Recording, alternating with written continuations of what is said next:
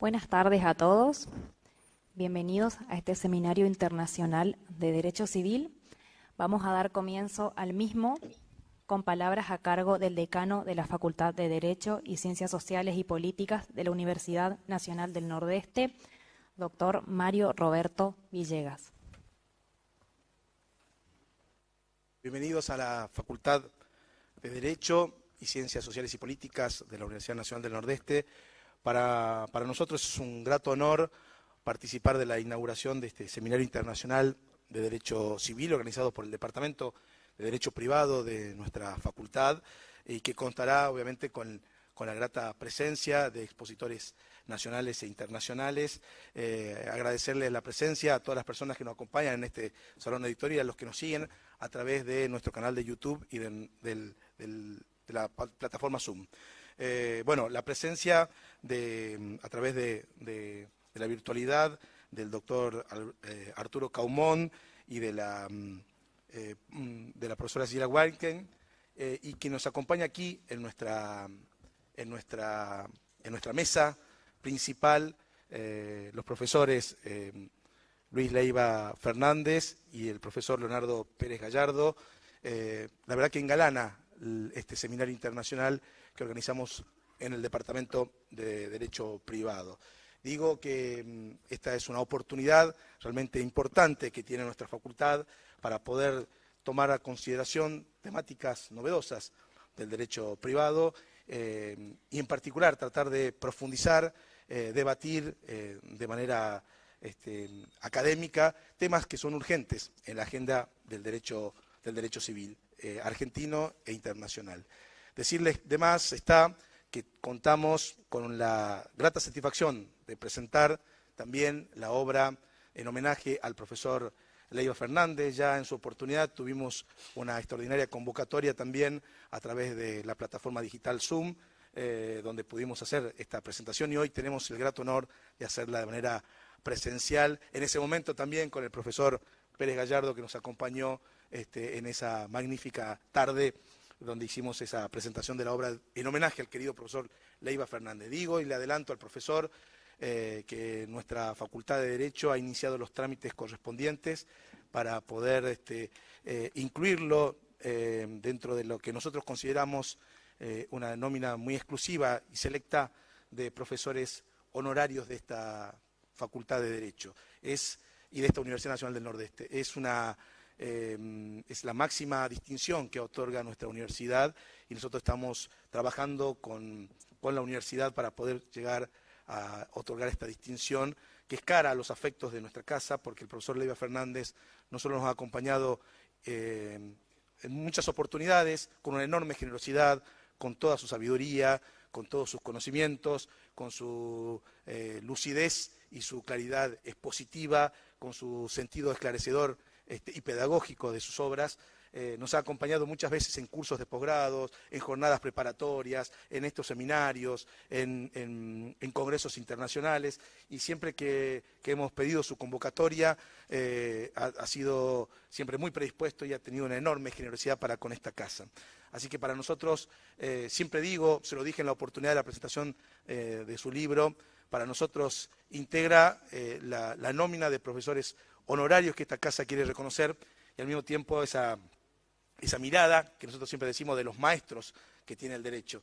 Acá el doctor Sánchez Mariño, director del departamento, que es un apasionado de Borges, siempre cito una frase de Borges que a mí me gusta mucho para referirse a los maestros. Borges decía que un maestro no era solo aquel que podía enseñar un conocimiento, porque para el caso una enciclopedia es mucho más generosa y más útil que alguien transmitiendo una idea. Maestro no solo aquel que enseña conocimientos e ideas, sino transmite un ejemplo. Y creo que en este caso la figura del profesor Leiva Fernández para toda la comunidad jurídica argentina e internacional es un gran ejemplo de un intelectual comprometido con sus ideas, pero al mismo tiempo que ha podido llevar adelante sus ideas y sus convencimientos, y que en su vida cotidiana ha mantenido esa coherencia con las convicciones que destaca en todas sus obras.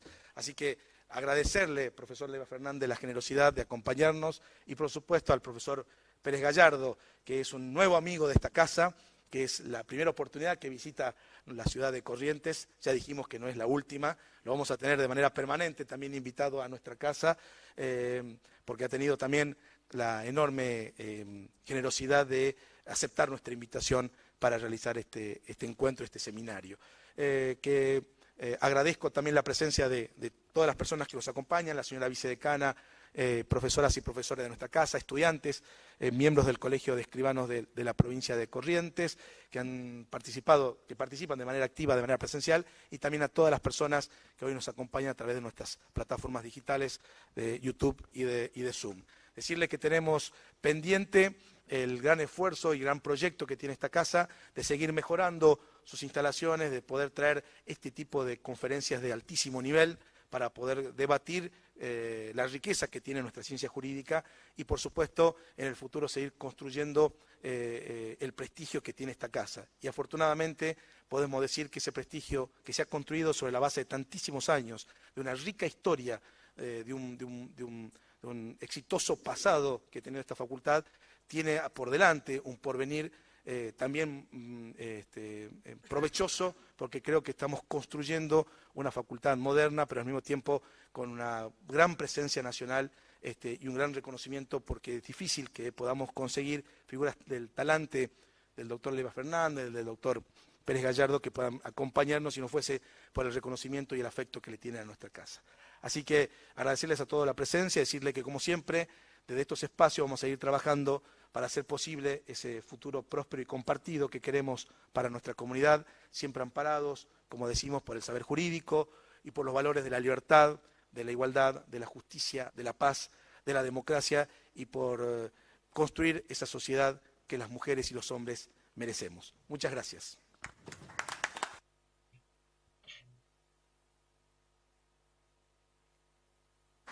Gracias al doctor Villegas. Seguidamente, palabras a cargo del director del Departamento de Derecho Privado de la Facultad de Derecho y Ciencias Sociales y Políticas de la UNE, profesor Gustavo Sánchez Mariño. Bueno, antes que nada, muchísimas gracias, señor decano, por la invitación y por permitirme a mí, junto a mi cátedra, estar acá. Realmente es un privilegio y entonces en este sencillo pero emotivo acto le vamos a hacer entrega al doctor Leiva Fernández de nuestros libros, los libros como obra colectiva que hemos producido durante estos 2 años de pandemia para proveer a nuestros alumnos de una buena bibliografía seria y elaborada con mucho afecto y mucho compromiso. Así que, doctor.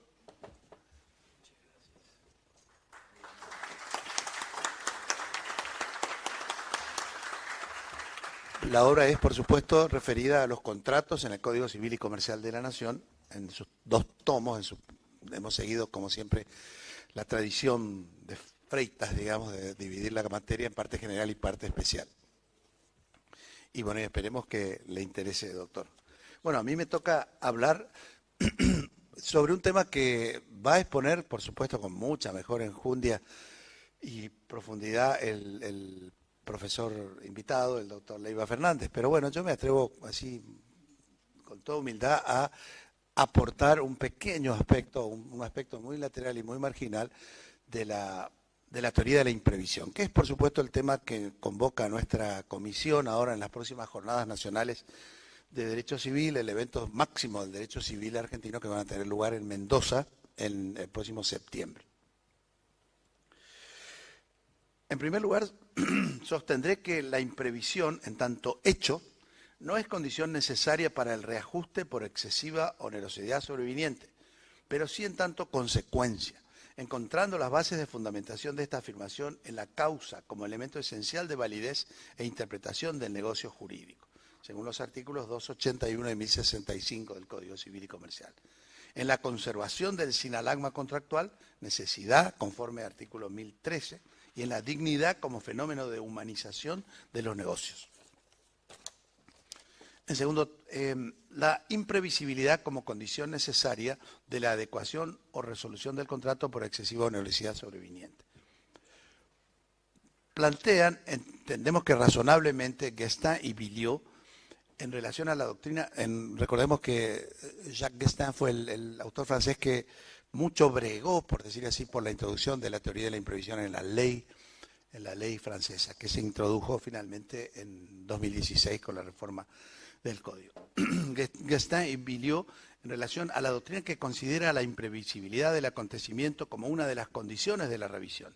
Si esta característica se vincula con el acontecimiento considerado en sí mismo o solamente con los efectos que produce, es decir, si el hecho perturbador debe ser imprevisible en sí mismo o sus consecuencias sobre el equilibrio económico del contrato, nos preguntamos. Sostienen que, según la respuesta, el dominio asignado a la imprevisión será más o menos restringido. Desde una perspectiva semántica, conforme la RAE, es imprevisible aquello que no se puede prever, lo cual no nos aporta mucho en función del interrogante formulado por los juristas franceses. Entiendo que la respuesta deviene, al menos en parte, desde la teoría general del contrato. Sostiene Bueres que el contenido del contrato es el cúmulo de facultades que el ordenamiento jurídico dispensa al acreedor sobre el objeto de la relación jurídica obligacional, siendo el objeto el quid enmarcado en el contenido. Este objeto integra el plan prestacional considerado por las partes en la relación jurídica contractual y, por tanto, constituye el centro de interés de las mismas en la operación jurídica del caso. Ahora bien, entre los requisitos del objeto se encuentra el de ser determinado, o al menos determinable, según el artículo 1003. Sobre esto volveremos más adelante.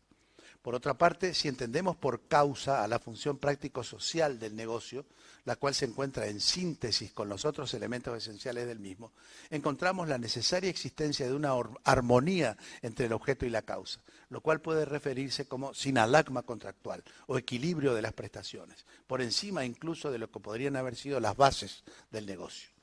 Vale aclarar que en este sentido nos hacemos a un lado de la discusión de si por bases del negocio debe entenderse aquella presuposición subjetiva de Winscheid o las bases objetivas de Larens.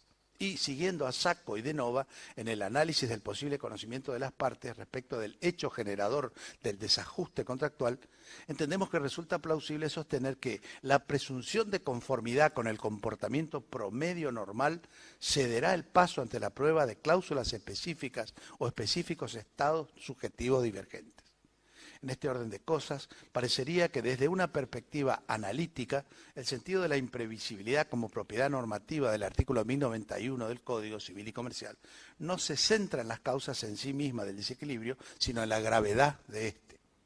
Piénsese que previsible desde el punto de vista de una posibilidad fáctica puede referirse a cualquier hecho y a las más diversas especulaciones teóricas, es decir, desde una guerra, una pandemia o la inflación monetaria, o cualquier hecho que resulte identificado con la mente humana. Luego, captada la previsibilidad, proseguirá el análisis de la probabilidad, lo cual nos sumergiría en una complejidad de análisis ajena al presente trabajo.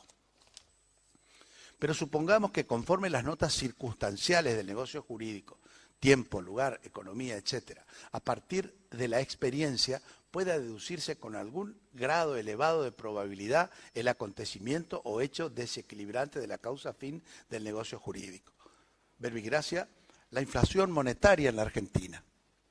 Recordemos aquí que Leiva Fernández, que acá nos acompaña, afirma en su tratado que el proceso inflacionario es la causal por antonomasia de aplicación de la teoría de la imprevisión en la República Argentina.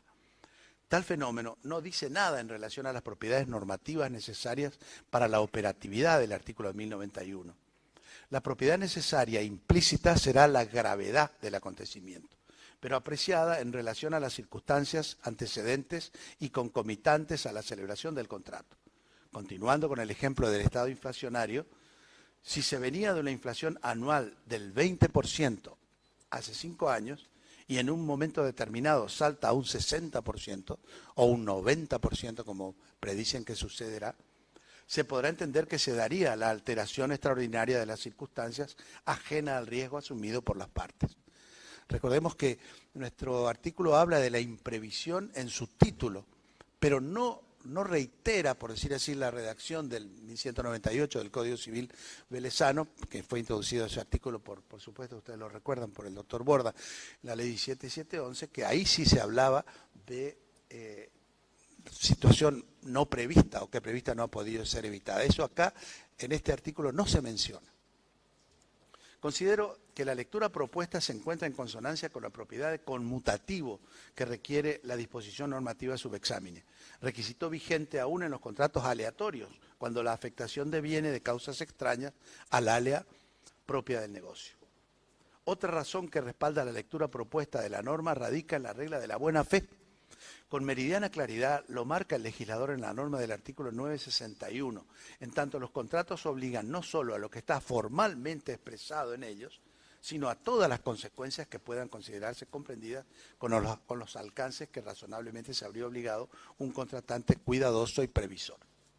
Consecuentemente, existiendo expectativas razonables y legítimas, conforme a los usos y prácticas negociales y a la experiencia que permita identificar los intereses regulados por las partes y su correlación estructural y funcional, una afectación extraordinaria de esta última hace operativo lo que Betty denomina criterio correctivo, con base en la valoración que asume desde el derecho en función de la conciencia social o ética, es decir, la aplicación como método valorativo de la buena fe. Ergo, para el análisis de la imprevisibilidad de las consecuencias del hecho en sí previsible o no, lo cual sostenemos no es relevante normativamente, y de su gravedad, entiendo que resulta razonable el criterio sostenido por Messineo de la búsqueda de la persona de diligencia normal. Va de suyo que la designación del instituto con el nombre de imprevisión, conforme al actual artículo 1091, no es errónea, como se planteara en el proyecto de reforma del año 2018, en tanto la teoría de la imprevisión como constructo, como un conjunto de conceptos, preposiciones, cuerpos de proposiciones, es decir, en la línea teorética descrita sucintamente, tendría su referencia semántica efectiva en la imprevisión. Eso sí, no del hecho en sí generador de la adecuación o resolución, sino de sus consecuencias desequilibrantes del plan gestacional genético. Entendemos que entonces que a partir de, estoy tratando de hacerlo más breve para no ocupar realmente el tiempo de los verdaderamente importantes, de los protagonistas de esta tarde. Entendemos entonces que este concepto de la imprevisión debe mantenerse en la redacción del artículo del Código, pero sí debemos poner nuestra atención en su gravedad. Muchas gracias.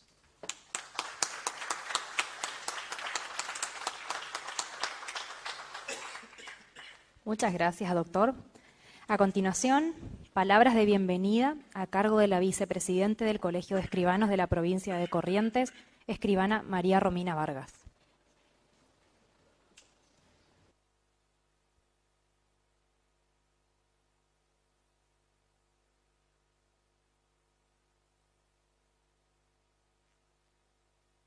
Los miembros de la Facultad de Derecho, a las autoridades, al cuerpo docente, a los profesionales, alumnos.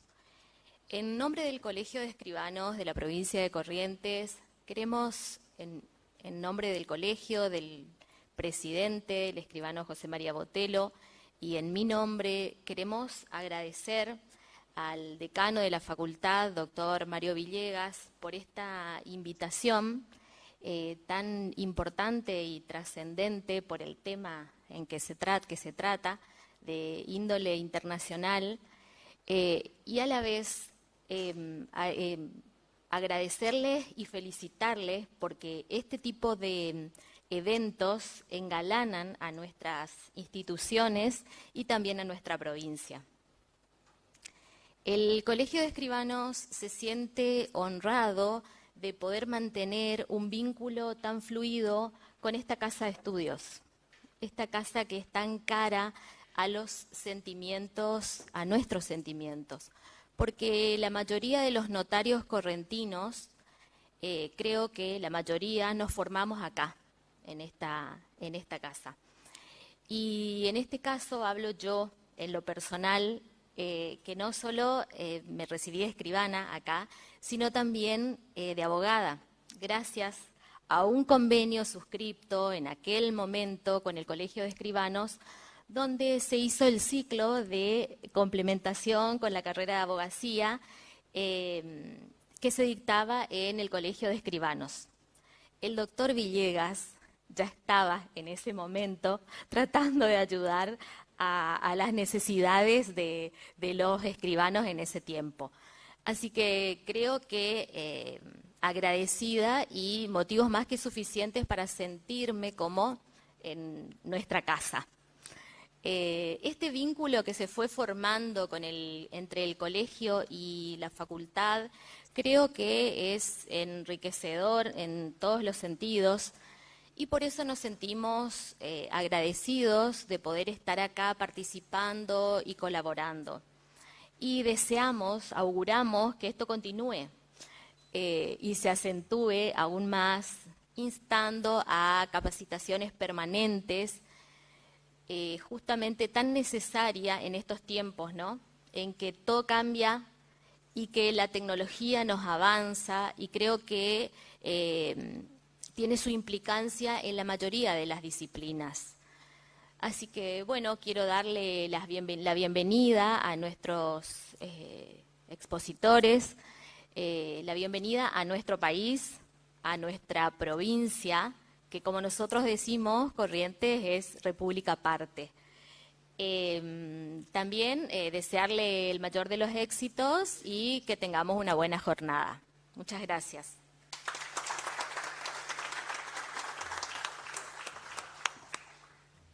Gracias a usted, escribana. A continuación, el doctor Leonardo Pérez Gallardo, de la Universidad Nacional de La Habana, Cuba, va a realizar la presentación de la obra Liber Amicorum.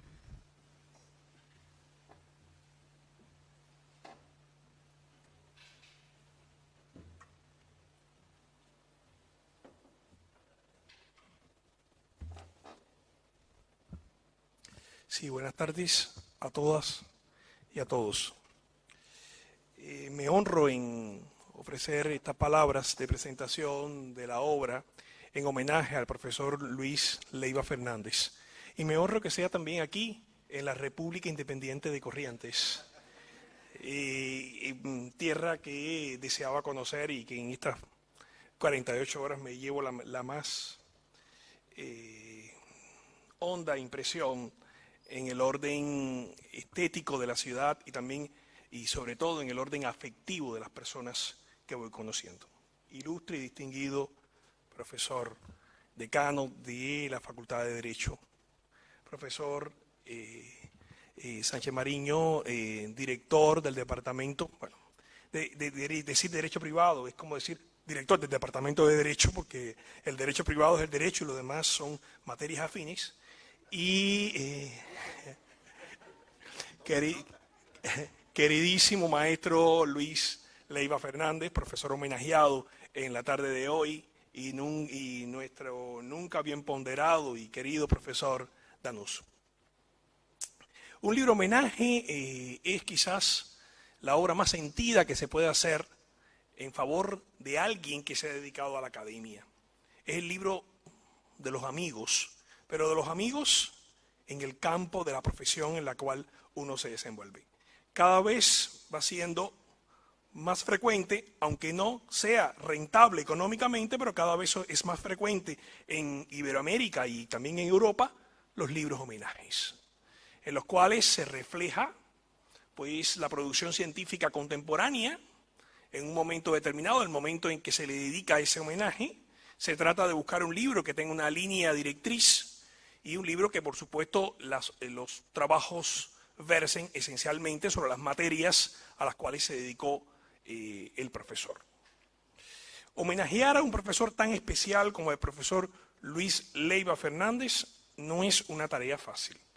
He coordinado otros libros homenajes, pero nunca antes había tenido la oportunidad de dirigir un libro homenaje en el cual el autor estuviera al detalle de cada uno de los elementos, desde los integrantes, desde las personas que iban a participar en el libro, hasta las cuestiones más sencillas pueden ser, pero que hacen diferente una obra, como los detalles editoriales. El que conoce al profesor Fernández sabe esencialmente lo que estoy diciendo. Era un reto, y lo confieso, era un reto para el que coordinaba la obra, y por supuesto era un reto, en mi caso, que soy profesor foráneo, ante tan ilustres personalidades que aportaron sus materiales y que lo hicieron indudablemente desde el corazón. Mientras caía la aguja de Notre Dame en París, el profesor Leiva Fernández en Buenos Aires y yo que estaba de paso en Roma, pues organizábamos, dábamos los puntos sobre quiénes eran los que debían participar, en qué condiciones, correos electrónicos, teléfonos, para que la obra quedara milimétricamente organizada y se pudiera presentar en Buenos Aires en la añorada primavera, en el hemisferio norte, otoño en el hemisferio sur del 2020. Pero como el año 2020 cambió la historia y pues la obra no pudo haber sido presentada en la fecha prevista, para hacerlo coincidir con los 25 años de la obtención de su cátedra universitaria y con un aniversario cerrado cuyo número forma parte de los derechos a la intimidad familiar y personal del autor. Por ello, creo oportuno hacer algunas acotaciones sobre la vida del profesor y agradecer expresamente a los autores que participaron en la obra y en concreto a los que están hoy aquí presentes en sus dos modalidades, analógica o virtual. Yo creo que los maestros del derecho no necesitan presentación. La obra científica es su parte más, su propia carta credencial. Presentar a un gran maestro es difícil, porque indudablemente su obra científica es la carta que le sirve de aval. Tampoco se pretende, con una presentación, revelar a la comunidad científica en el ámbito de la ciencia jurídica y en concreto del derecho civil, quién es y qué ha hecho Luis Leiva Fernández. Pero este libro que se ha escrito desde y por la academia para homenajearlo en razón de su boda de plata como titular de la cátedra de Derecho de Contratos, vale la pena al menos repasar su vida, porque en cada una de esas páginas está la impronta de alguno de nosotros, que como una novela hemos sido actores y actrices de reparto en la vida del protagonista. A fin de cuentas, el libro que se presenta, en él se han dado cita a compañeros de cátedra, discípulos, amigos, profesores con lo que el homenajeado ha compartido, estrado en congresos, jornadas, con los cuales el homenajeado ha escrito las páginas de la vida. El profesor Leiva Fernández nace en la Argentina un 24 de febrero. Estudió en el Colegio Guadalupe de la capital federal. Se gradúa de abogado con un índice académico elevado y obtiene diploma de honor. Obtiene también la condición de notario por la Universidad de Buenos Aires, de procurador por la propia universidad y magíster en ciencia de la legislación por la Universidad de Pisa, Italia, y la Universidad del Salvador en Argentina. También es doctor en ciencias jurídicas por la Universidad del Museo Social argentino con una tesis calificada de 10 puntos, sobresaliente, por un jurado integrado por los profesores Bustamante Alsina, Carlos Casañe y Alberto J. Hueres. Su director de tesis fue el profesor Alberto D. Molinario y tras su fallecimiento el profesor Julio César Rivera. O sea, en su vida fue evaluado por grandes juristas que trascendieron en la historia y además fue discípulo nada más y nada menos que de Alberto D. Molinario y de Julio César Rivera. Hijo y nieto de jueces, ingresa a trabajar como empleado en el cargo de menor jerarquía administrativa en el año 68 en el Juzgado Nacional Especial de lo Civil y Comercial número 10, mientras cursaba el ingreso a la Facultad de Derecho de la Universidad de Buenos Aires. Allí estuvo hasta 1975, en que se postuló al cargo de secretario en el mismo juzgado y lo obtuvo siempre por concurso. En 1978 se desempeña en igual cargo en el Juzgado Nacional de lo Civil número 13, hasta su designación en el año 1979 como secretario letrado de la Corte Suprema. En 1994 se postuló al cargo de director general de Derecho Privado del Ministerio de Justicia de la Nación, cargo que ganó por concurso y ejerció hasta la eliminación del organismo en 1997. En ese año fue designado subdirector general de Técnica Legislativa del Ministerio de Justicia de la Nación, hasta la supresión de la dirección en otra reforma administrativa en el año 2000. Continuó desempeñándose en el Ministerio de Justicia de la Nación con el cargo de asesor. En el 2004, coordinador del Registro Único de Aspirantes a Guarda con Fines Adoptivos, creado por la Ley 25.854, y al año siguiente fue designado director nacional del Registro Único de Aspirantes a Guarda con Fines Adoptivos. Realmente lo que festejamos en este libro es su actividad académica. Comienza su carrera docente como ayudante no graduado en la Cátedra de Derecho Civil 4, Derechos Reales, del profesor Alberto D. Molinario, quien solicitó tal designación a la facultad en atención a sus calificaciones. Luego de ser profesor adjunto en Derecho Civil 1, parte general, Derecho 3 o Derecho Civil 3, que es contrato, y Derecho Civil 4, Derechos Reales, prácticamente desde su graduación, en 1995 gana por concurso el cargo de profesor titular de la Cátedra de Contratos Civiles y Comerciales de la prestigiosa Facultad de Derecho de la Universidad de Buenos Aires. Y en 1997 obtiene por idéntico medio el cargo de profesor titular de la Cátedra de Derecho Civil 3, Contratos, de la Facultad de Ciencias Jurídicas de la Universidad Nacional de La Plata. En el 1999, también por concurso, gana el cargo de director del Instituto de Derecho Civil de la Facultad de Ciencias Jurídicas de la Universidad Nacional de La Plata.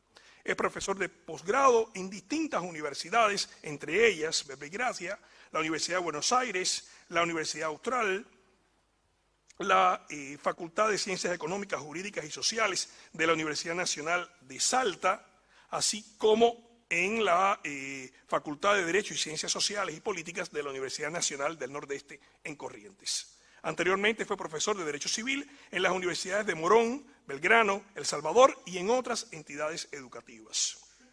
Participa activamente en el proyecto de Código Civil de 1998, razón por la cual recibe la medalla de plata del Congreso de la República de Perú. También vincula su actividad académica a la que desarrollan otros destacados juristas y colegas, como miembro, por ejemplo, del Grupo de Pavía, miembro de honor de la Sociedad Cubana de Derecho Civil y de Familia, presidente de la Comisión de Derecho Civil del Colegio de Abogados de la Ciudad de Buenos Aires, miembro de la Corporación de Abogados Católicos, miembro de la Asociación de Magistrados y funcionario de la Justicia Nacional, entre otros. Varias veces fue convocado a colaborar en distintos roles en la elaboración de proyectos de Código Civil, y no solo del Código Civil y Comercial de la Nación Argentina. Jugó un papel trascendental en la elaboración del reciente Código Civil de Puerto Rico, aprobado en el año 2020 después de un largo íter. A él se debe el libro relativo a actos y hechos jurídicos. Como autor fue precoz, empezó a escribir antes de graduarse, publicó en la revista del Notariado y luego en la revista El Derecho y en la revista jurídica argentina La Ley, donde también se desempeñaba desde 1974. Es autor de más de 230 obras, entre ellas libros, capítulos, artículos publicados en la Argentina, el Paraguay, Brasil, Puerto Rico, España, Italia, Perú, Nicaragua, Uruguay, Cuba, China, Chile, entre otros países. Su producción sobre derecho civil abarca la parte general mediante algunas instituciones de la teoría de los hechos y actos jurídicos y derecho a las personas, también de derecho de obligaciones. Derecho de retención fue el tema de su tesis doctoral en 1989 y sobre todo ha sido el derecho de contratos donde más fértil ha sido su producción científica. Su incursión en los derechos reales es incluso anterior, data de su formación académica con el profesor Alberto de Molinario. Complementa además su producción colaborando en la función editorial como evaluador de muchísimas revistas de prestigio nacional e internacional. En su propia opinión, las obras más logradas son Fundamento de Técnica Legislativa, obra orgánica que considera basal en la disciplina en la Argentina, y El alia en los contratos, que contiene un enfoque audaz y disruptivo sobre esta materia. Y por supuesto el Tratado de los Contratos, primera obra que analiza bajo tal método los contratos civiles y comerciales regulados en el Código Civil y Comercial de la Nación. Todas ellas se ven reflejadas en mayor o menor medida, junto con sus aportes en materia locativa, en los posteriores proyectos de reformas del Código Civil y Comercial de la Nación Argentina. Como conferencista ha expuesto en innumerables estrados académicos. Sería pues una conferencia sobre las conferencias que el profesor Leiva ha impartido en diversas universidades, colegios de escribanos, colegios de abogados, fuera y dentro de la nación. Este libre amicorum expresa sin duda alguna el sentir del gremio jurídico hacia el maestro Leiva. Los estudios contenidos en esta obra se han estructurado en 8 ejes temáticos. Derecho civil, parte general y persona, que fue el primero de los ejes. Derecho de obligaciones, responsabilidad civil, derecho de contratos, derechos reales, derecho de sucesiones, derecho notarial y propiedad intelectual. Agradecemos la participación de tantos autores que hicieron posible este voluminoso libro. Esencialmente, hoy nos referimos a los autores presentes, desde el Uruguay, el profesor Caumón, el profesor Danuso aquí presente, la profesora María Laura Estigarribia, que me da muchísimo gusto coincidir, la conocí en La Habana en el año 1996, hace 26 años. Y después, en 1999, estuvo presente en el homenaje que se le hizo en La Habana al maestro Manuel Albaladejo. De igual manera, al profesor Cristian Piris, fallecido, que también fue coautor de la aportación de María Laura Estigarribia. Y también, por supuesto, agradecemos a Celia Weigarden, que está aquí presente en modalidad presencial, que también pues, ofreció uno de los aportes también más significativos de esta obra que se ha publicado.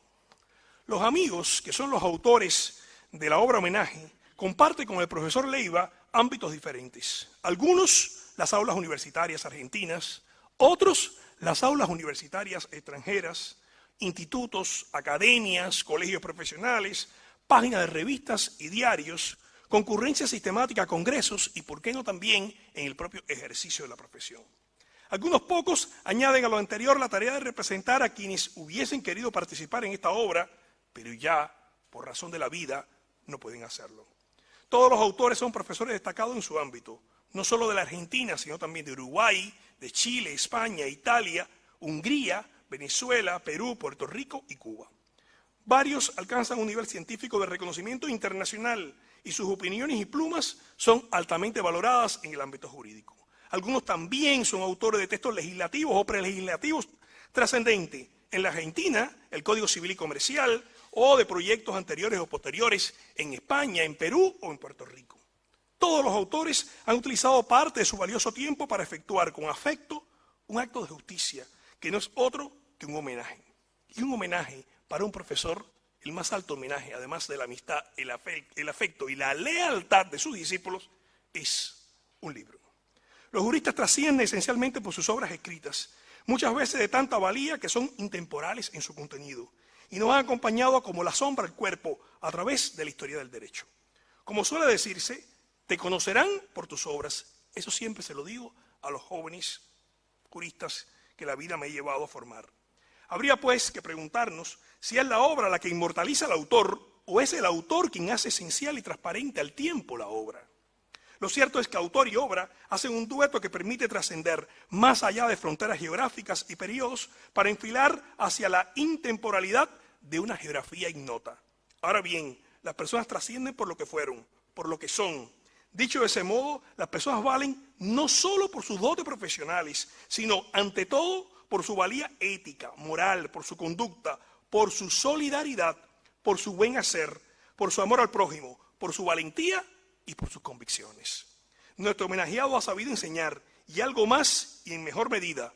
Muchos enseñan, pocos educan. Cada cual cosecha lo que un día sembró. Solemos transmitir además lo que durante cada día de nuestra temprana existencia supieron transmitir nuestros padres y nuestros maestros.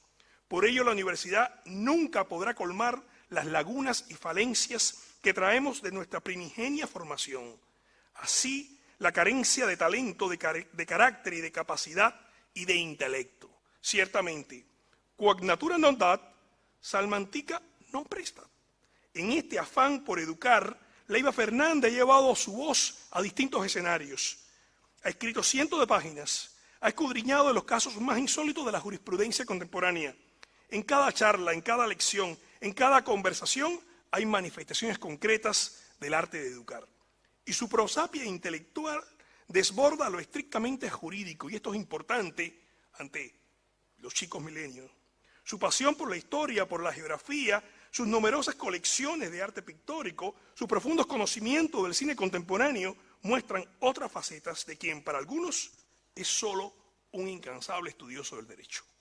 No menos trascendente, creo oportuno significar, es el Leiva Fernández anfitrión, como organizador de jornadas académicas, incansable defensor de cada minúsculo detalle. En este orden merece destacarse su desempeño como presidente de las 26ª Jornadas Nacionales de Derecho Civil, realizada en una de sus almas mater, la Universidad Nacional de La Plata, en septiembre de 2017. Tales jornadas de realización bienal convocan a los profesores de Derecho Civil de toda la Argentina y en la oportunidad contó con la presencia de casi 3.000 inscriptos que debatieron sobre múltiples ponencias. Su protagonismo y la colaboración comprometida de las autoridades universitarias, de los profesores que lo acompañaron en la organización y sobre todo de los estudiantes sustentaron el éxito de la tarea. Y qué decir el orgullo que siente como argentino, conocedor al extremo de la historia patria. Nada mejor que viajar con él para descubrir, como un niño en sus primeras lecciones, y de ello como notario doy fe, los detalles de cada acontecimiento que ha hecho estremecer la nación argentina desde su formación.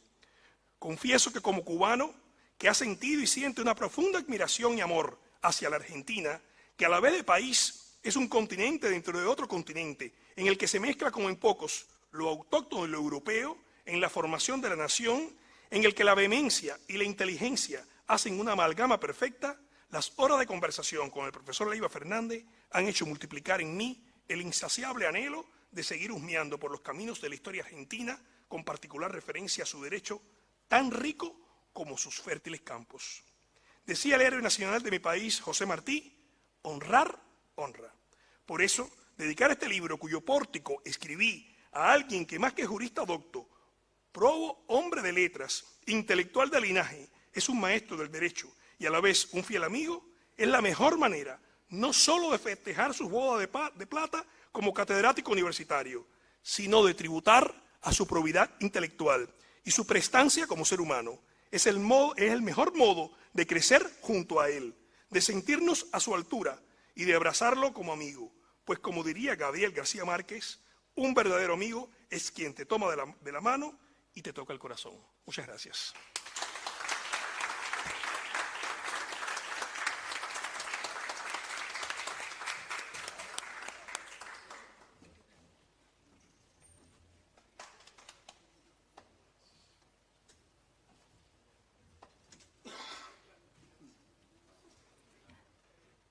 Muchas gracias, doctor Pérez Gallardo.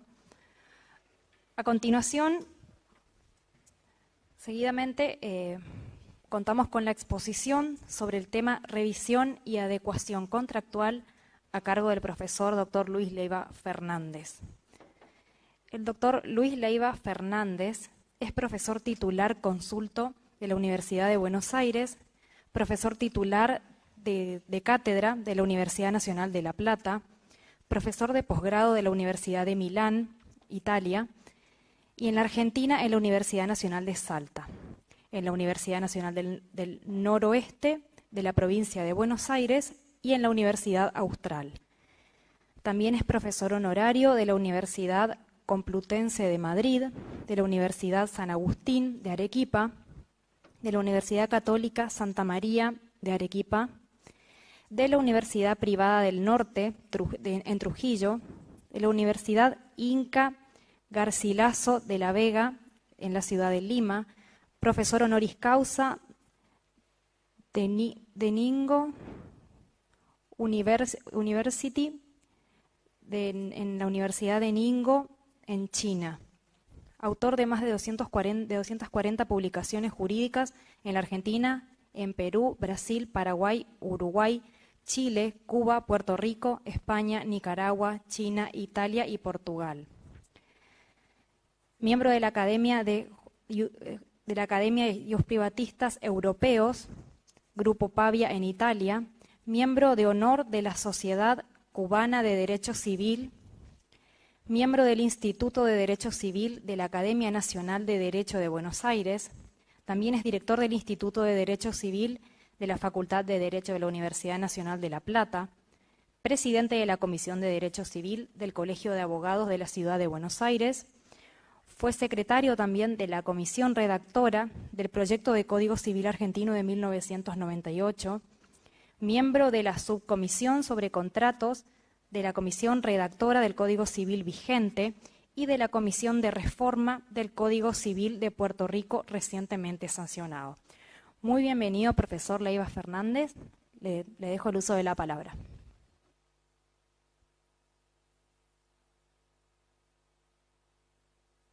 Muchas gracias. Muchas gracias al señor decano, al doctor Villegas.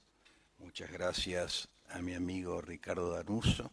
Muchas gracias al director del Departamento de Derecho Privado, Gustavo Sánchez Mariño, querido profesor. Hoy nos conocimos, pero seguramente ya somos amigos.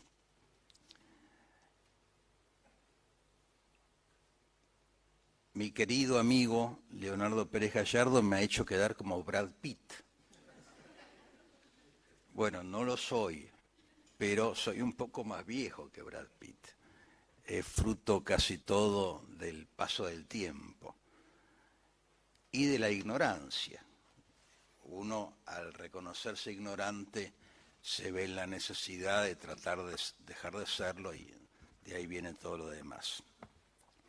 Como en mi vida, muchísimas de los logros que refirió Leonardo Pérez Gallardo fueron ganados por concurso, y ya hay gente que empezaba a decir, lo que pasa es que no tiene amigos. Y bueno, sí tengo. Hay un gran amigo que se puso la mochila a cuestas para idear y coordinar esta enorme obra, y todos los amigos que escribieron donando generosamente su tiempo y su conocimiento, en particular a los que están presentes, querida Celia, la profesora Celia Weingarten, profesora consulta de la Universidad de Buenos Aires, el profesor Arturo Caumón, que debe ser el profesor uruguayo más conocido en el país y más querido, la profesora María Laura Estigarribia, querida profesora, muchas gracias por tu colaboración. Espero no olvidarme de nadie. Por supuesto, el profesor Danuso, Ricardo, ya te mencioné también, muchas gracias por tu colaboración. Tendría que dar 72 veces gracias, lo hago desde el corazón porque no tengo cómo hacerlo de otra manera.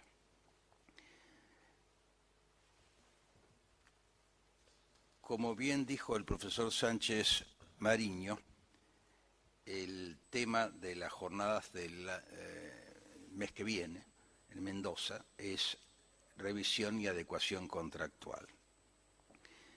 Esto remite a varios puntos que van a ser objeto de debate. En primer lugar, ¿cómo pasó esto?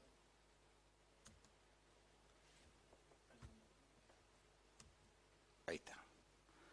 En primer lugar, es cierto que los jueces tienen facultades para adecuar obligaciones no contractuales. Por ejemplo, las que están acá en la pantalla, en el Código Civil y Comercial de la Nación, aumentando o reduciendo el resarcimiento extracontractual según la fortuna del deudor, o aumentando o reduciendo astraintes, o sea, multas por incumplimiento de órdenes judiciales.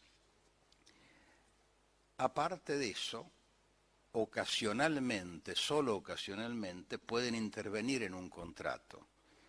El artículo 960 empieza diciendo: los jueces no tienen facultades para modificar las estipulaciones de los contratos, y a continuación hace la salvedad, excepto que sea pedido de una de las partes cuando lo autoriza la ley, o de oficio cuando se afecta de modo manifiesto el orden público. Por ejemplo, cuando en un contrato se incurre en lesión, el artículo 332 del Código Civil y Comercial de la Nación, lesión objetiva subjetiva, o en un contrato de juego de apuesta reduciendo deudas de juego, conforme al artículo 1610, o reduciendo las tasas de interés en una deuda de origen contractual, o reduciendo una cláusula penal. Esto ya estaba en el Código de Vélez, en el artículo 656 bis. Y me pregunto, y queda picando el tema, ¿podrá reducirse una seña penal? No una cláusula penal ni una seña penitencial. Hay tres tipos de seña. La seña confirmatoria, que es la que tiene naturaleza comercial, la seña penitencial, que pena el arrepentimiento en contratar, que es de naturaleza civil, y la seña penal. La seña penal difiere de la seña penitencial, en primer lugar, porque la seña penal no tiene posibilidades de arrepentimiento alguno, mientras que la penitencial sí. Y a la vez hermana el instituto de la seña con la cláusula penal. ¿Qué diferencia hay entre la seña penal y la cláusula penal? Bueno, que la cláusula penal es una promesa. Si yo no cumplo, me convierto en deudor de tanto, pero tiene que echarme los perros el acreedor, tiene que ejecutarme, mientras que en la seña penal yo estoy dando directamente el objeto de la seña, y fíjense que está muy arraigado en nuestro medio, pero no con ese nombre. Es en definitiva el depósito en garantía en las locaciones. El depósito en garantía no es una prenda, no es un depósito, es directamente algo que se da y de lo que se cobrará el acreedor si es que el deudor incumple su prestación. La desproporción que puede originarse en un contrato, que puede concurrir en un contrato, puede ser u originaria o sobreviniente. Si es originaria, puede tratarse de la tasa de interés excesiva, del vicio de lesión, de una deuda de juego, una cláusula penal, etc. Pero puede ocurrir, y a esto apunta lo central de esta charla, que durante el íter contractual, en la vida del contrato, algo interfiera cambiando los valores de las prestaciones. Muchas gracias. Algo que no es imputable a ninguna de las partes y que no necesariamente pasa por el valor de la moneda, aunque casi siempre pasa por el valor de la moneda.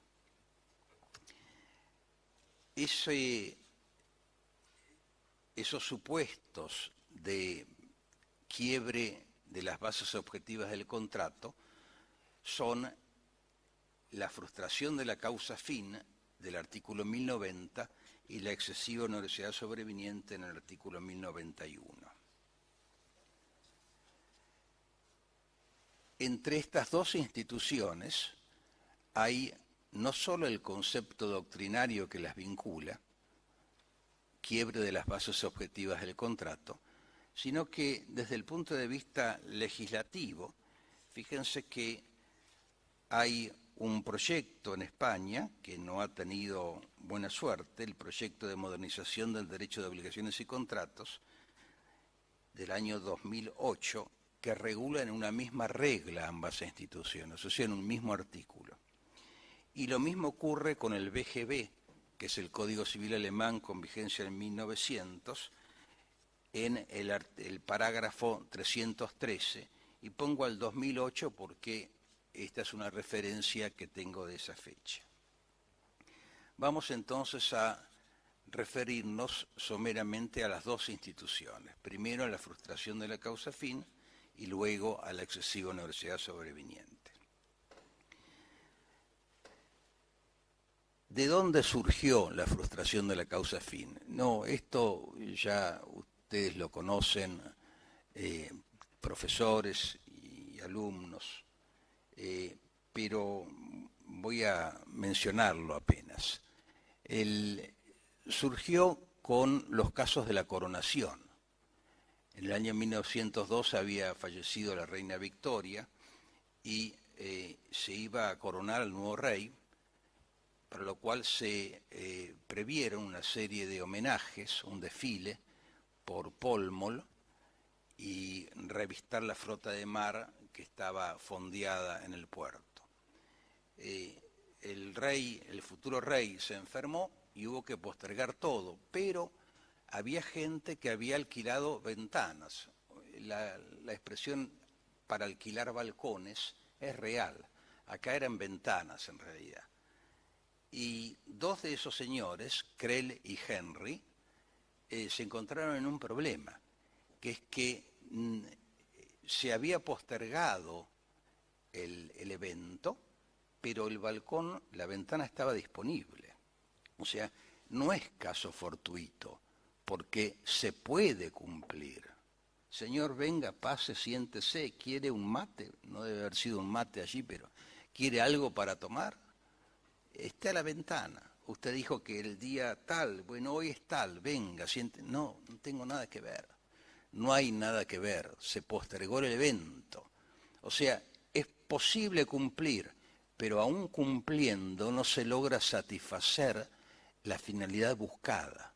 ¿Por qué? Porque el evento se corrió una semana. En Krell con Henry, por primera vez la jurisprudencia inglesa, no británica, sino inglesa, llegó a la conclusión que era lícito no cumplir.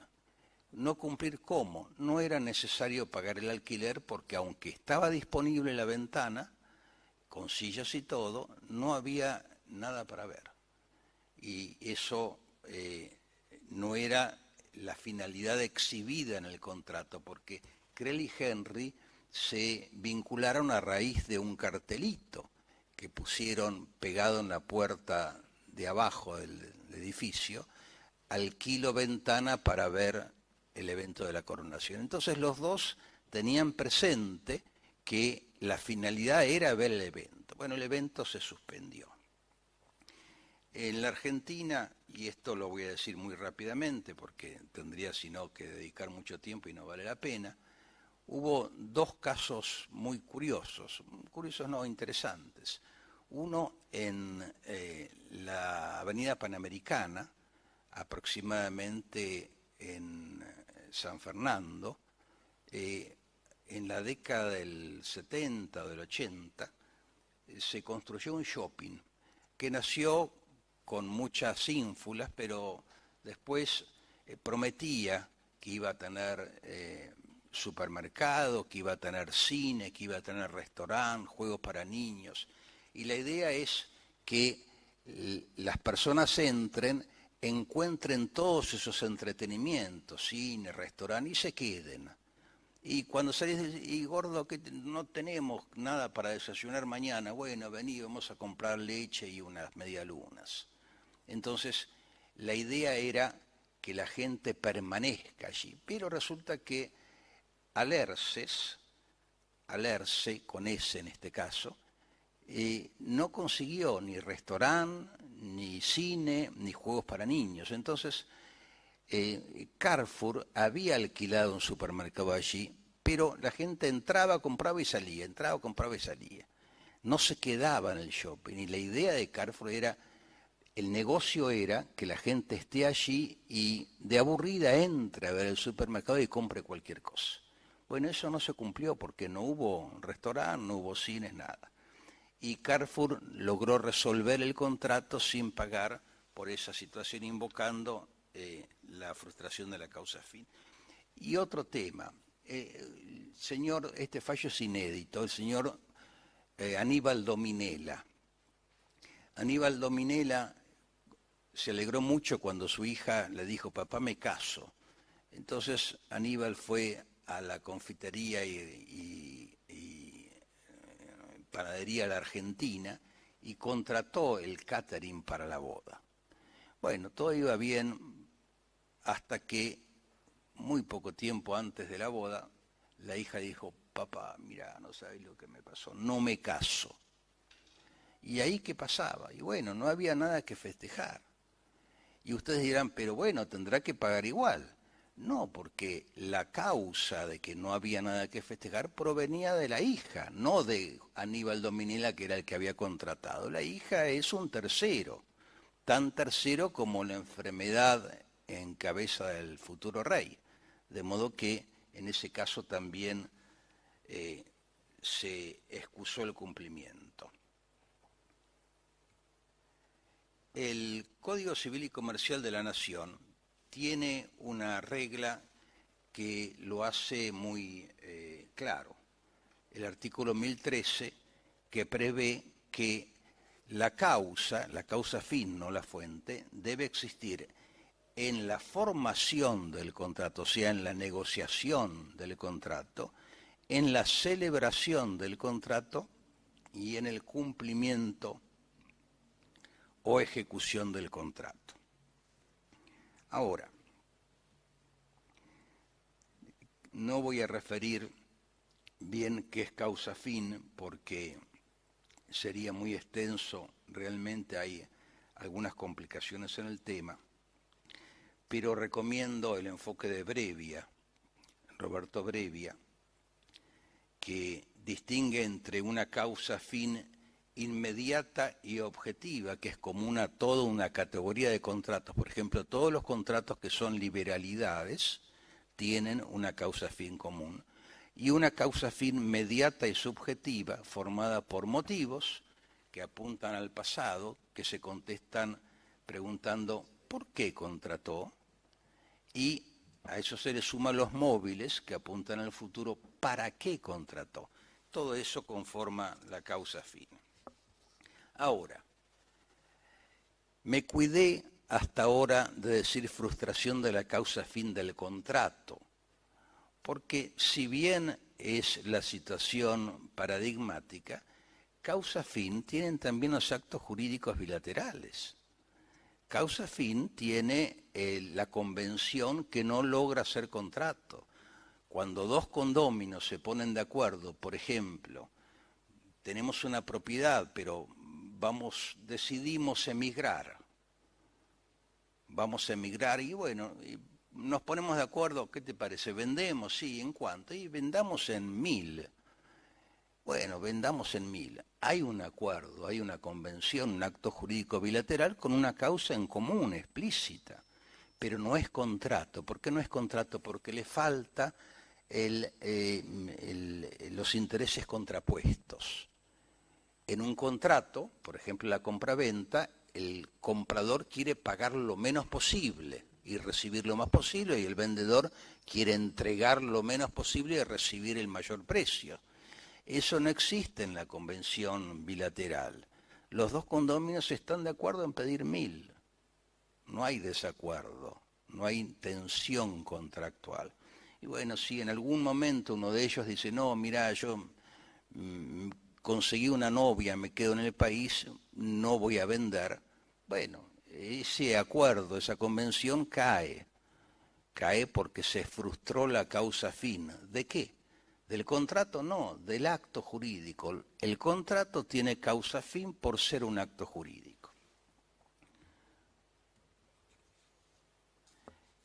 En los antecedentes argentinos se ve esto de que la causa fin incide sobre el acto jurídico más que sobre el contrato, y en todo caso sobre el contrato por ser un acto jurídico bilateral.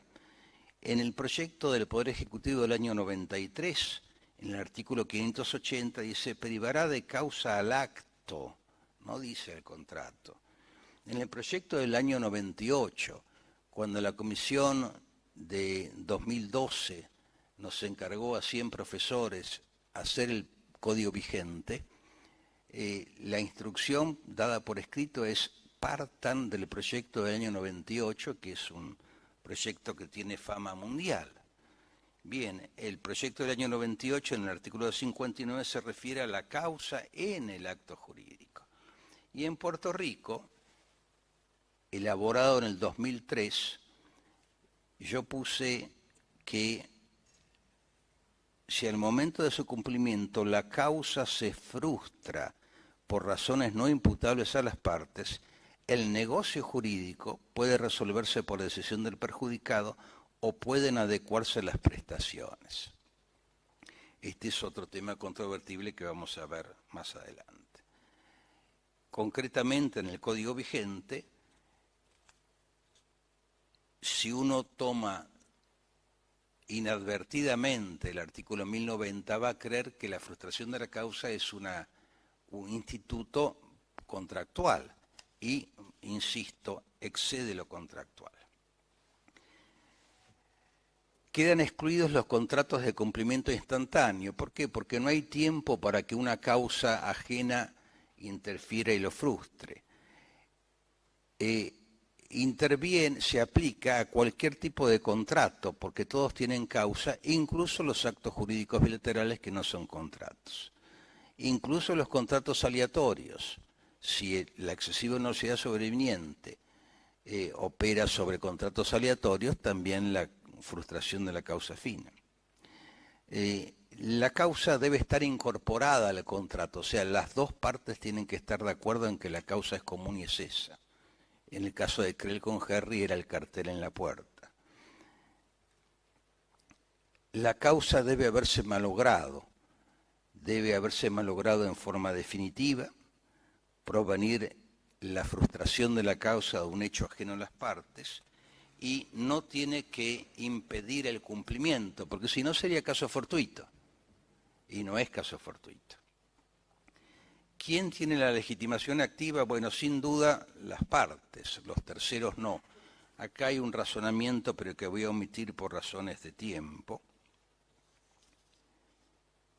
Y ahora, ¿qué se puede hacer cuando se frustra la causa a fin de un contrato? Y bueno, el artículo 1090 dice, en principio se puede resolver, extinguir el contrato. Pero la pregunta ¿es lo único que puede hacerse o también se puede intentar adecuar la causa fin? Bueno, se puede intentar adecuar la causa fin. Y a mí me terminó de convencer sobre este tema el pensar qué pasó con los Creel y los Henry, porque no hubo un solo contrato, hubo un montón de contratos para ver los actos de la coronación. ¿Y cómo puede ser que el único donde hubo un litigio con este resultado haya sido Creel con Henry? ¿Qué hicieron los demás? Y los demás hicieron lo que hubiéramos hecho cualquiera de nosotros. Señor, ¿cuándo es el nuevo acto? El sábado que viene. Bueno, quedamos en lo mismo el sábado que viene. Y se acabó. ¿O no? Y eso es adecuar la causa fin. Y eso es porque debe cumplirse con el artículo 1066, que es el principio de conservación del acto jurídico, y por ende del contrato, que es un acto jurídico bilateral. Miren, hay un pasaje del Evangelio que dice que nadie prende una luz para ponerla debajo del selemín. Selemín es el capuchón ese para apagar velas. Nadie prende una luz para apagarla, la prende para que ilumine, para que produzca un efecto. Nadie celebra un contrato para que no produzca efecto. Quiere, en lo posible, que ilumine algo. Bueno, no ilumina tanto como yo esperaba y la luz es un poco mortecina, pero ilumina. Eso es lo que se busca. ¿Es posible adecuar la causa o necesariamente hay que extinguir el contrato? Bueno, el Código Civil y Comercial no dice nada. Hay doctrina muy significativa que considera que se puede adecuar, por ejemplo, el maestro Manuel Albaladejo, el profesor español, querido profesor Manuel Aparicio, Alejandro Borda, el profesor Freites de Córdoba, Ricardo Lorenzetti, Augusto Mario Morelo, el desaparecido Jorge Mosé Iturraspe. Todos ellos entienden que es posible. Y fíjense ustedes lo que dice el BGB en el parágrafo 313. En el BGB dice lo siguiente.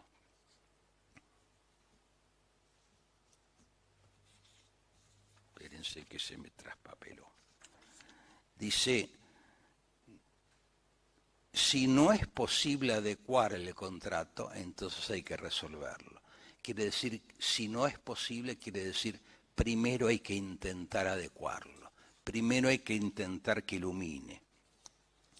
Bueno, esto del Puerto Rico, en alguna medida ya lo mencioné, el artículo 276 prescribe en definitiva que hay que intentar adecuar las prestaciones, y en España la proposición que mencioné sobre la propuesta de modificación del Código Civil Español en materia de obligaciones y contratos habla de revisar, implica intentar resolver, si no es posible, adecuar previamente. Con posterioridad a esta propuesta española, la Asociación de Profesores de Derecho Civil de España elaboraron una propuesta de Código Civil que en su artículo 526.5 habla concretamente de la posibilidad de revisar antes de resolver. Se puede renunciar a priori a la frustración de la causa fin. Y bueno, yo les diría que el tema en realidad puede ser un poco controvertible, porque lo primero que va a decir la gente es, pero no, si permite la renuncia, ya van a salir los contratos con directamente el renuncian. Todo el mundo va a intentar que el otro renuncie. Y bueno, pero ¿qué problema hay? Si no hay un vicio de la voluntad, no hay ningún problema porque es derecho patrimonial disponible. Y en realidad, miren, y con esto demuestro mi edad, ¿no? Cuando yo era chico en el colegio primario, nos enseñaban la prueba del 9. ¿Qué es la prueba del 9? No me pidan una descripción porque nunca la aprendí. Pero la prueba del 9 es una prueba para ver si una división está bien hecha. Se suman los cocientes y un número 9, y si sumado da 9 es que está bien hecha la división. Bueno, acá la prueba del 9 es si la renuncia estuviese prohibida, entonces las renuncias recíprocas, bilaterales, estarían prohibidas. Y yo les pregunto a ustedes, como jueces o como abogados, ¿creen que las renuncias recíprocas están prohibidas? Y a mí me parece que no están prohibidas y que por ende es renunciable. Además, la realidad es que lo único que está en juego es tratar de evitar que haya un vicio de la voluntad, que una persona abuse de la voluntad de otra, obligándolo a renunciar. Pasamos rápidamente a la excesiva onerosidad sobreviniente.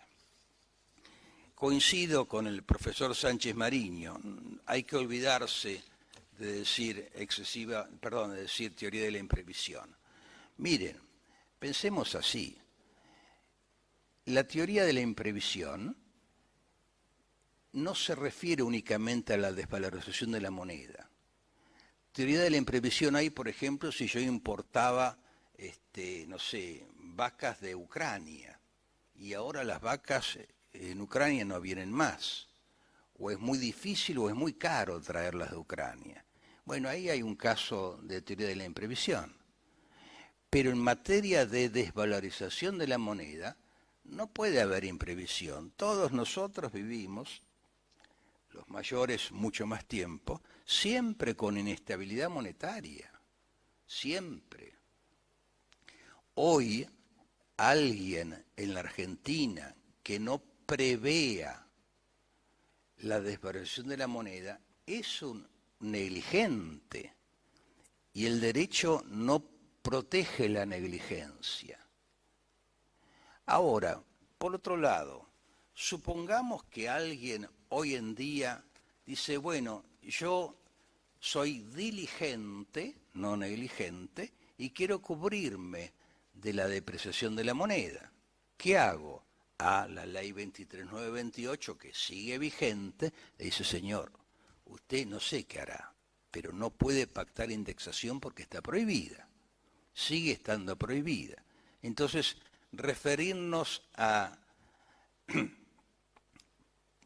la previsibilidad es algo que no tiene ninguna significación. Máxime cuando la Corte Suprema ha dicho muchas veces que se prevea o no se prevea. Si hay quiebre de las bases objetivas del contrato en orden al valor de la moneda, hay que actualizar, no indexar, que es una manera de actualizar, sino hay que actualizar.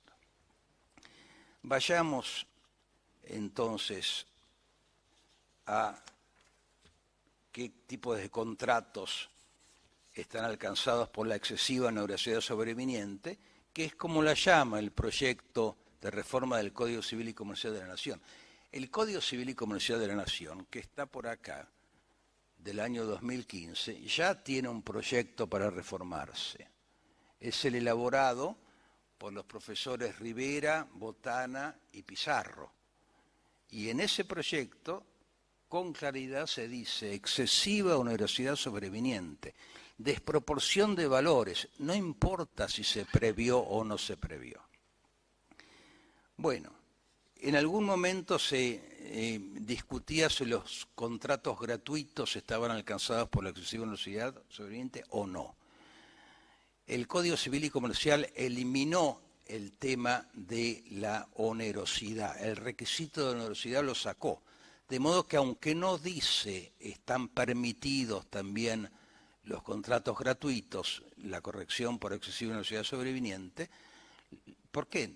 Perdón, en la gratuidad también hay excesiva onerosidad sobreviniente, porque si yo quiero donar $10 cuando el dólar está a 100, perfecto, soy un hombre generoso, pero cuando el dólar esté a 1000, yo ya no voy a querer donar 10. O sea, hasta mi acto de generosidad se ve arrastrado por la moneda. Está bien que a mí me digan, bueno, usted cumpla, prometió $10, dé $10, pero ahora que está a 1000, ¿es razonable que un juez me obligue a cumplir mi promesa de donar $10 cuando está a 1000 cada uno? De modo que no tiene nada que ver que sea oneroso o no el contrato. La legitimación activa, hay un cuida acá que quiero señalar. El artículo 1091 del Código dice, fíjense porque voy a leer, tiene derecho a plantear extrajudicialmente o pedir ante un juez por acción o como excepción la resolución total o parcial del contrato o su adecuación. Punto. Igual regla se aplica al tercero a quien le han sido conferidos derechos, asignadas obligaciones resultantes del contrato. Yo digo, esto está mal. ¿Cómo igual regla se aplica al tercero? Yo estoy de acuerdo en que, por ejemplo, el tercero en un contrato a favor de tercero, ¿quién es el perjudicado? Y el tercero beneficiario, el que debe recibir la prestación. Ese es el único que tiene acción. ¿Pero para qué tiene acción? Tiene acción para pedir la actualización de la prestación, pero no para resolverlo, porque frente al contrato del cual es tercero, él es un penitus extraneus, y es un tercero que no tiene legitimación para resolverlo por aplicación del principio del efecto relativo del contrato. Un tercero no tiene legitimación para resolver un contrato, sí la tiene para decir, che, en este contrato en el que yo soy beneficiario, actualíceme las prestaciones. Eso es un error, a mi juicio, quizás gramatical del código. Y ahora voy a ir abreviando. Lo de la renuncia es lo mismo que lo de la excesiva onerosidad, la frustración de la causa fin. Vamos a otro tema interesante, que es lo último.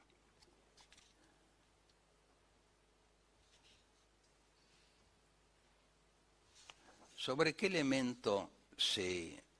No, esto tampoco. Modos de efectuar. La corrección por excesiva onerosidad sobreviniente normalmente se aplica a los contrarios paritarios y de consumo, no a los contratos por adhesión. Pero últimamente hay otra fuente, otra situación que genera o agrava el quiebre de las bases objetivas del contrato, que no es lo pactado por las partes. Me refiero, por ejemplo, a la Ley 27.551, que es la Ley de Locaciones. La pregunta sencilla que quiero hacer es esto. Cuando yo, cumpliendo esta nefasta Ley 27.551, adecuo un contrato, aplico el índice y la periodicidad que ordena la ley, y el contrato sigue estando inclinado, ¿puedo accionar por excesiva onerosidad sobreviniente? Y la respuesta es ¿por qué no?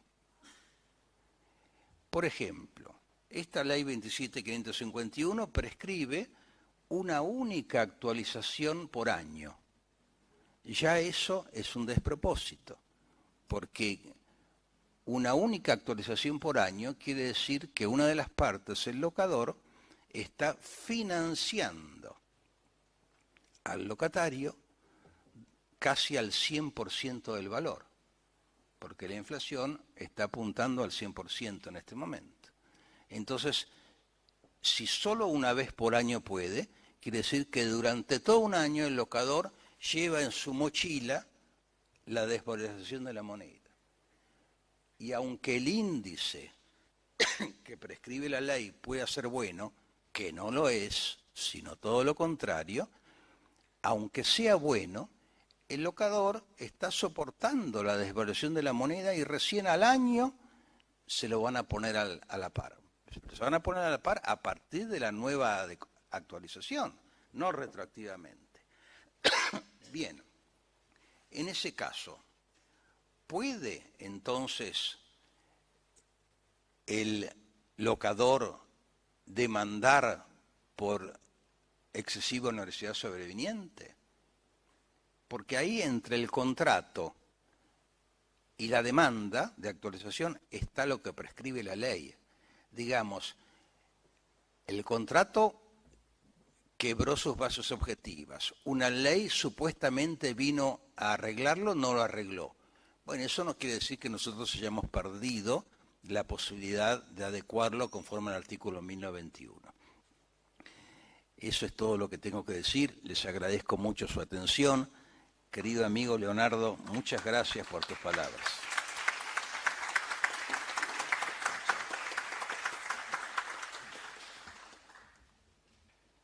Muchas gracias, doctor Leiva Fernández.